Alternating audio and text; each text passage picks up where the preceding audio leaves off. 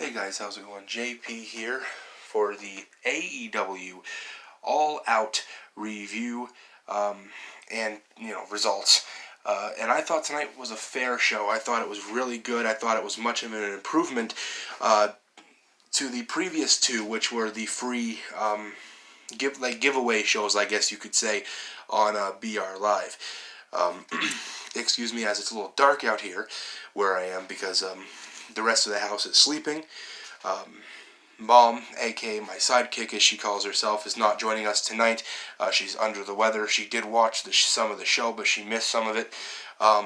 And the Chosen One ASMR, formerly known as Juggalo ASMR, will not be joining us anymore for a while as he is focusing on his new revamped ASMR channel. So go and check that out, the Chosen One ASMR, and show him support. Of course, if you're a subscriber of mine and you came over here from his channel, you obviously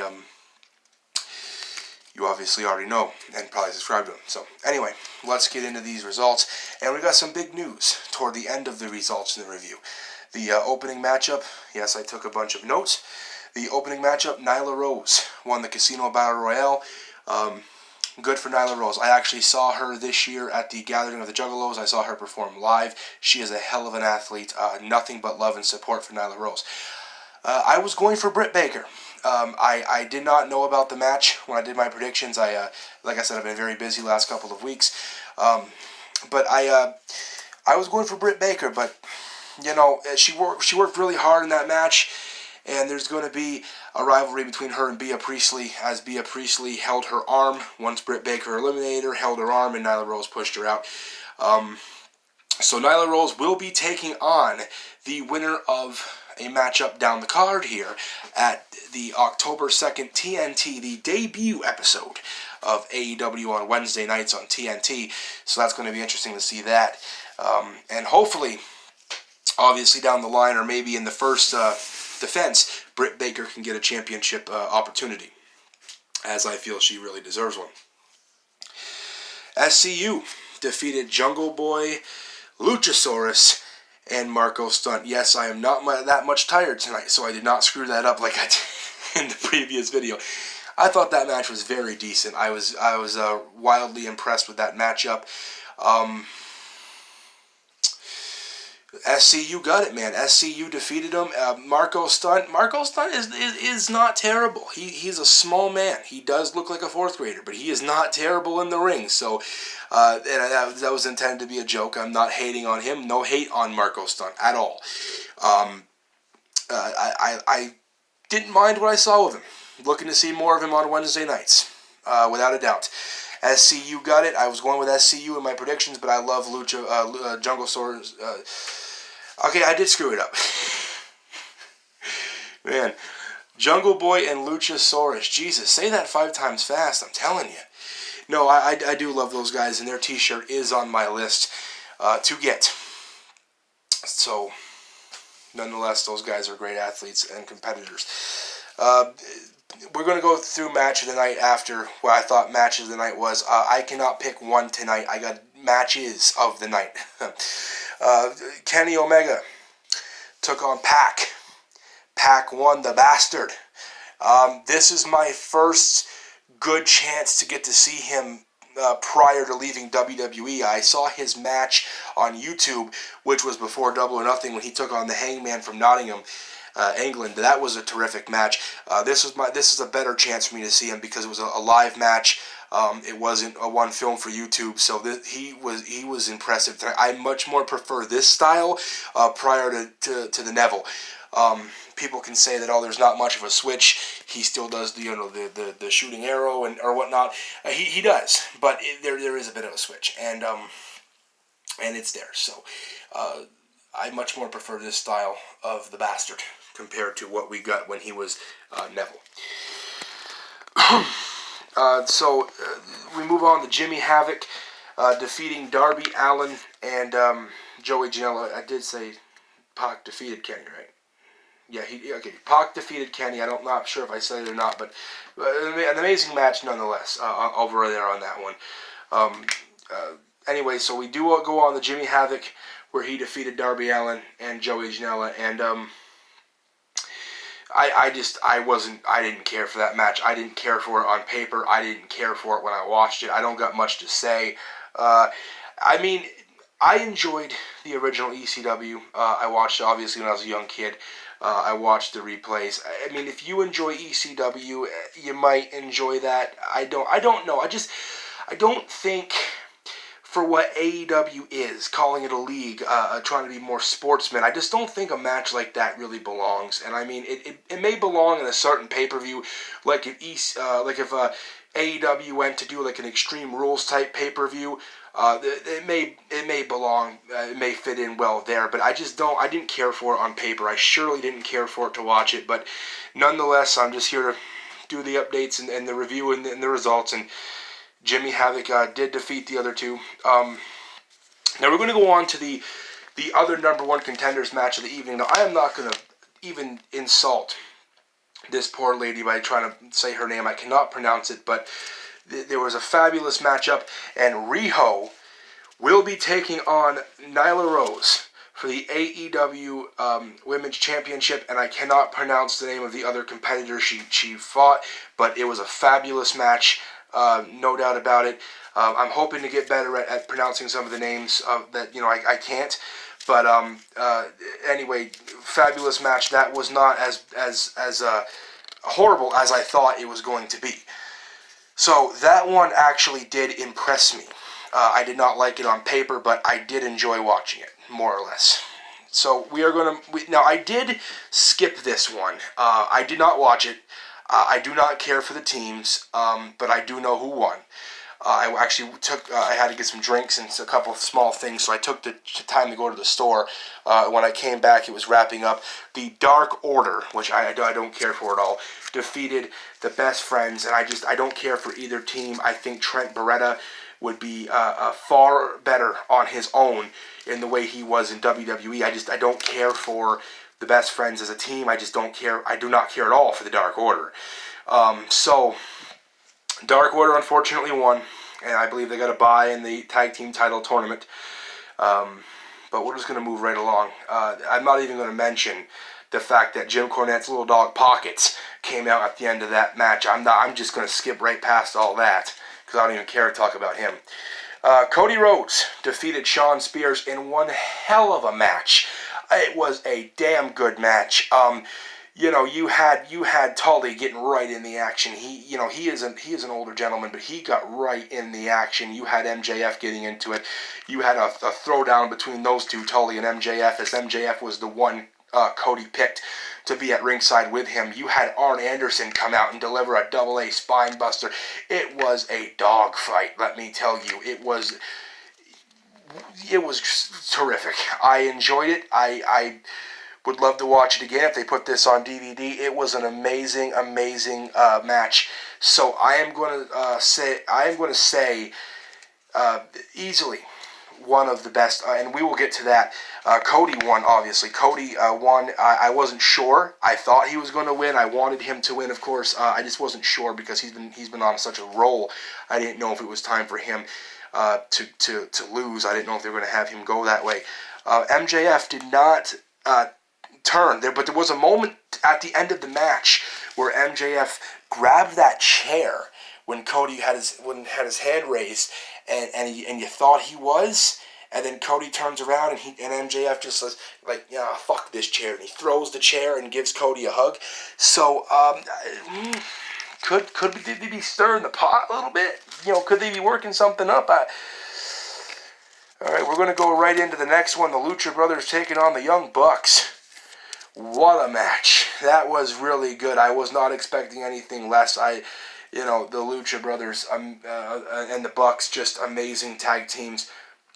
The Bucks have been amazing in ladder matches before. I've got to be honest, I've never seen the Luchas in a ladder match.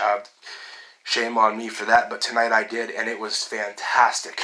The Lucha Brothers won. They retained their championships. And after the match, the debut of Santana and Ortiz, LAX, the new LAX from Impact Wrestling.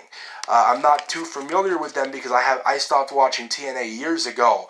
I know some talent over there, like I know Scarlett Bordeaux, and I know some talent that are or were over there. I just don't watch it, but I do know that I am familiar with them. They are the newer LAX, and they are now All Elite Wrestling. So that's going to be exciting to see. I'm hoping maybe, because I did see Big Hernandez at the Gathering of the Juggalos, so I know he's still wrestling. So I'm hoping maybe we can have a crossover match, if not just like a one-night stand with the old LAX, Hernandez and Homicide, taking on the new LAX. That would be a really cool thing. But for right now, it's looking like they're coming for the tag team titles, or the Bucks and the Lucha Brothers. Just after the match, they interfered and took out both teams. I believe it was just Nick of the Bucks, though. They didn't. I think Matt was taken out due to that amazing move at the end of the match. The Lucha Brothers put on Matt, but yeah, that they are now over in All Elite Wrestling, the new LAX, which is Santana and Ortiz. And that brings us to the main event. And ladies and gentlemen, it was slow to start. It got hot toward the end. Jericho taking on Hangman Page to determine who is going to be the first All Elite Wrestling World Champion. And I am not at all ashamed to say, or disappointed to say, it is Chris Jericho, the GOAT. Chris Jericho is the man, the greatest of all time. I can't say the greatest of all time in my opinion, but he's up there, man. I tell you. I mean, anybody that knows me or knows me well knows, in my opinion, the greatest of all time is Sting, but you cannot talk about the greatest of all time and leave Jericho out of the conversation. No way. Jericho proved it tonight, even older and sharper, in my opinion. Jericho got it after a hard-fought match. Jericho was cut open by an elbow by Hangman. Hangman tried to get even with him, and it was just such a match. And guys, I mean, just because I'm giving you the results, I left some things out. I'm not giving you too much detail. Go and order the replay if you haven't. I highly recommend it. I did not tell you some of the surprises in the women's battle royale. I did not. I'm not saying too much. Yes, I'm giving you the results here. But if you have the spare money, you have the ability to watch this thing. If you do not watch this and you have the ability to, it's going to be very disappointing. I mean, you got to watch this. This is an amazing show, an amazing card. So now what I'm going to do, before I get to matches of the night, I'm going to give you a 1 through 10 rating. 1 being the worst show in the world, never watch it again. 10 being the best thing I've ever seen in my life. I forgot what rating I gave Double or Nothing. Actually, I didn't review Double or Nothing here. I hadn't had a channel yet. I'm going to give this show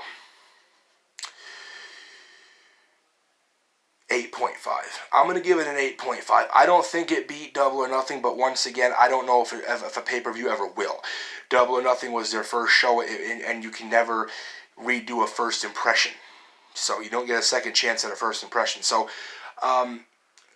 this obviously, in my opinion, did not compare with that evening, that night, but it was no slouch tonight. 8.5 is what I'm giving it for a rating.